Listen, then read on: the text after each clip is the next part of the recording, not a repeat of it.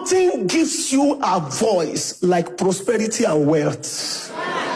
Without which, you are voiceless. If you will be a male, if you will be a man, I beg you, kukuma be a rich one.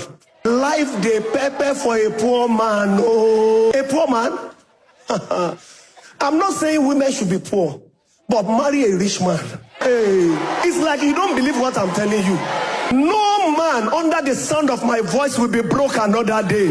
No woman here and forever will be broke another day. You can't be a man and you are broke. You can't be a man and you are poor. Life will condescend on you. You lose dignity.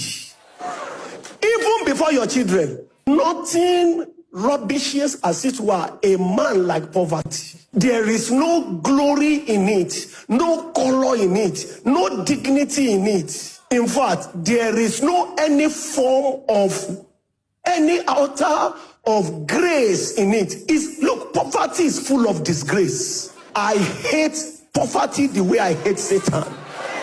Somebody said to me, the Lord told him to put a seed of 1 billion in the ark. Many are just desperate, and because they are desperate, men of God take advantage of them. It's in this church, it's not from America or Jamaica. It's from here. And I knew where he was when he came here. It's a lie. Yes, sir. If you didn't give a seed for God to forgive your sin, why must you give a seed for God to answer your prayer? No, it's a question. Are you not thinking, why must you pay God to talk to you?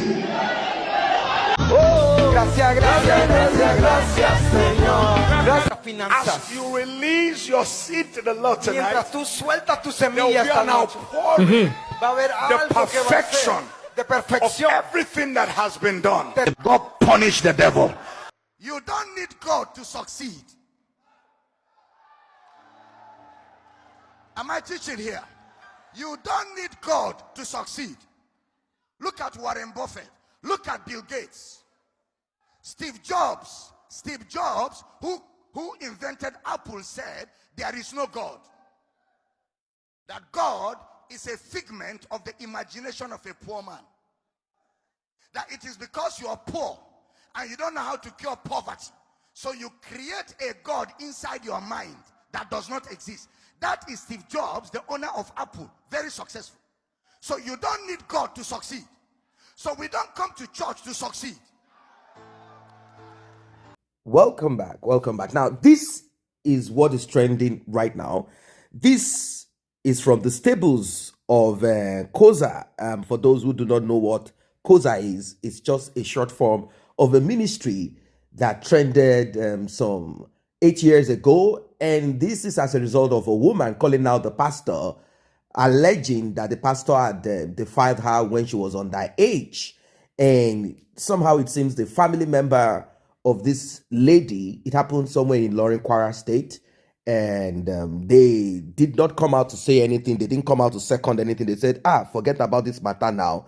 And I, for one, I don't really want to go into that matter because who knows what could have compelled or prompted whatever it is that happened. Back then, they said the Koza pastor, Fato Yimbo, was dealing with some kind of lifestyle. He belonged to some secret society cult, whatever. And he was also manifesting as a pastor. And whatever it is that happened in between, back and forth, I don't know.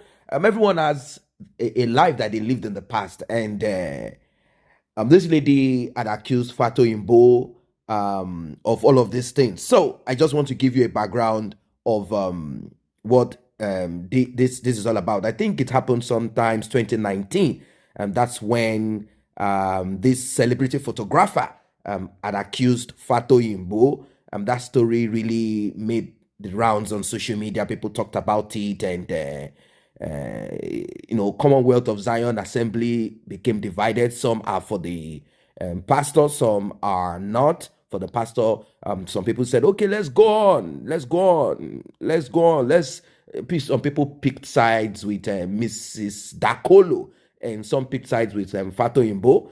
and we don't know what and whatever it is that it is. So now let us go to the crux of the matter. You heard what one of the pastors in the church said.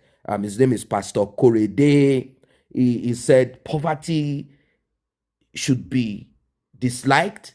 No, like is even a better. He say hatred, the same way I have hatred for Satan, Lucifer, is the same way I have hatred for poverty. Now let us break it down. The reason behind it is this. There are times that people do not get the context of a message. They just take the portion of it, like how people take portions of Bible, manipulate it, and use it to further their sinister purpose or purposes. That's how it is. The truth of the matter is that the truth is the truth. What he said is confirmed truth. Poverty is the worst and one of the worst, and if there is anything like worstest thing, is one of it. Now, they say the rich also cry. Yes, the rich also cry. But the tears of a rich person is not the same like that of a poor person. Why? Because some people will say it is better you cry in a private jet than to be crying the same cry that the rich man is crying in a private jet. Inside of that, that your 3x4 bedroom with no ventilation, your children are all over the place. They have joined some kind of gangs because you cannot afford to send them to school. They've become useless. Their potential, everything has become, that kind of thing. There are pains or trials and tribulation or problems that mortals face that presently money has not been able to resolve it. It is true. So the thing is this: what do you want to choose? Do you want to choose to be a rich man with challenges or a poor man with challenges? The thing is that your poverty is already a challenge. Your poverty is already a huge, big problem for you. So let's say two people have cancer. One is a rich man, the other is a poor man. The rich man has access to funds to soften the crisis that he or she is going through. The person might end up unalived somehow, but you will start going from pillar to post, asking people to fund your medical situation, and your case becomes critical. The pain continues on and on. You don't have access to the best doctors. You don't have nothing. In that your cancer, you are in that your single room, no electricity, and you are sweating.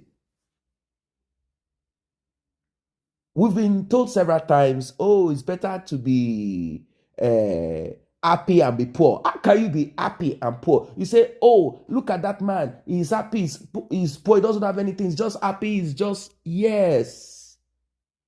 You are seeing that happiness. But there's something called suffering and smiling. That's it. The man is happy. He doesn't have any issue. Yes, if you are poor and you're dealing with that poverty, and in between, you don't have health issues, that is it. Life has to be balanced. So a rich man has health crisis, but has money.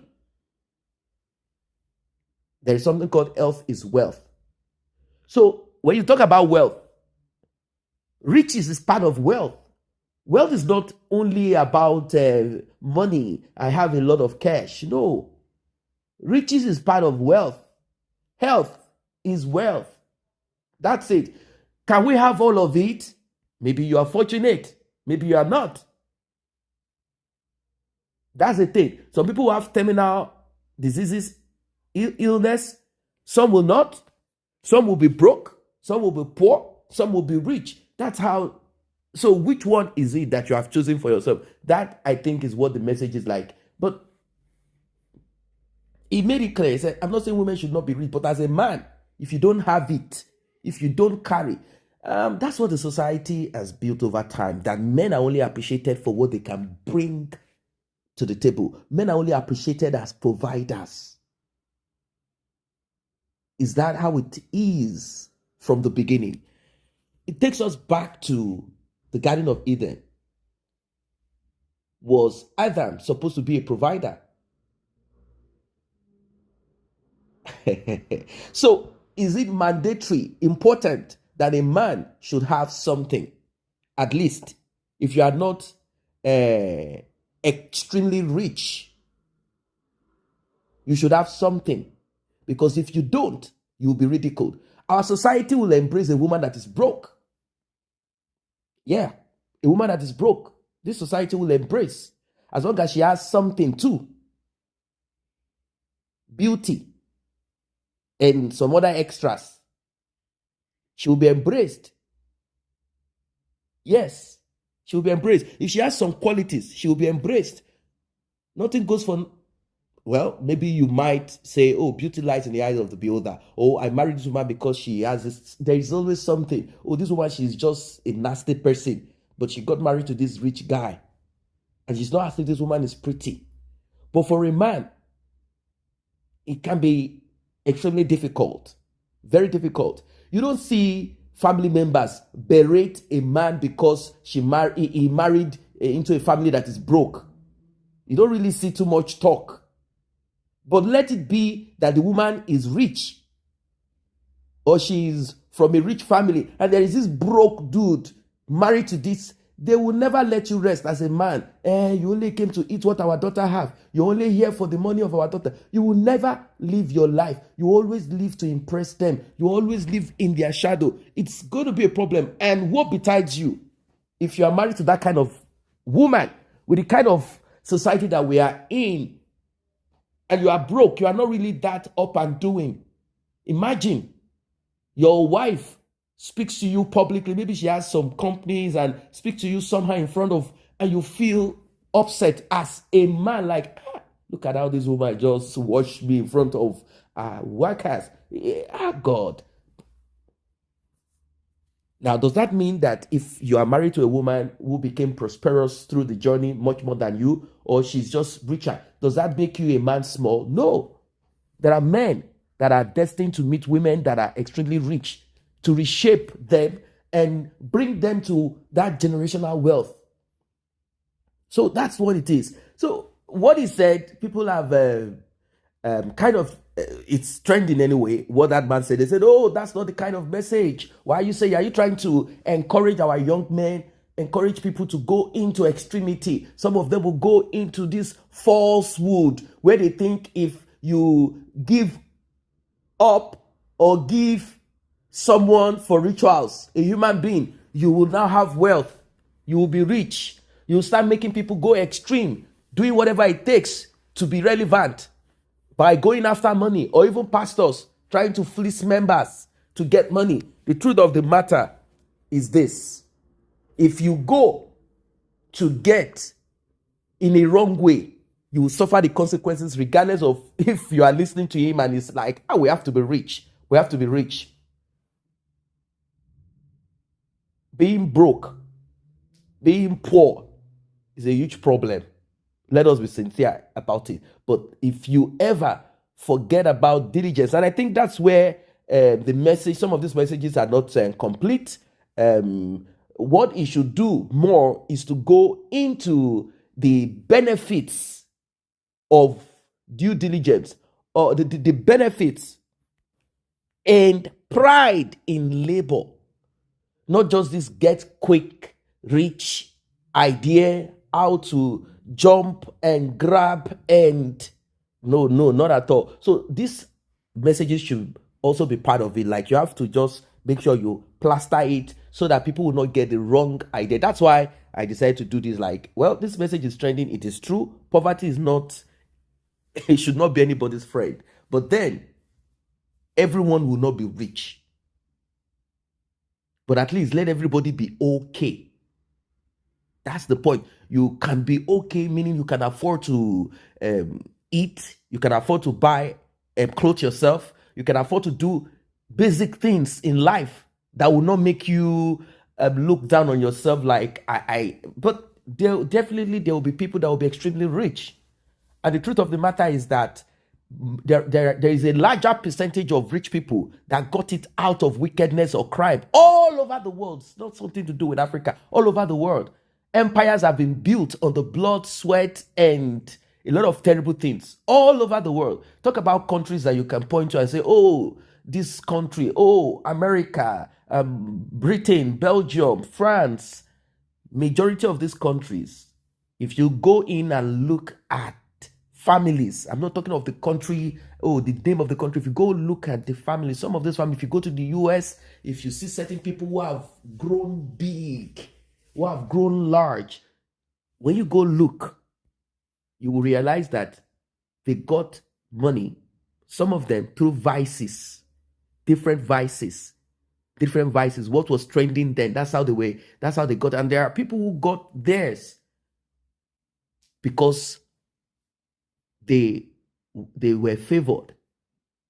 That's it. So these messages needs to be balanced. That's the point.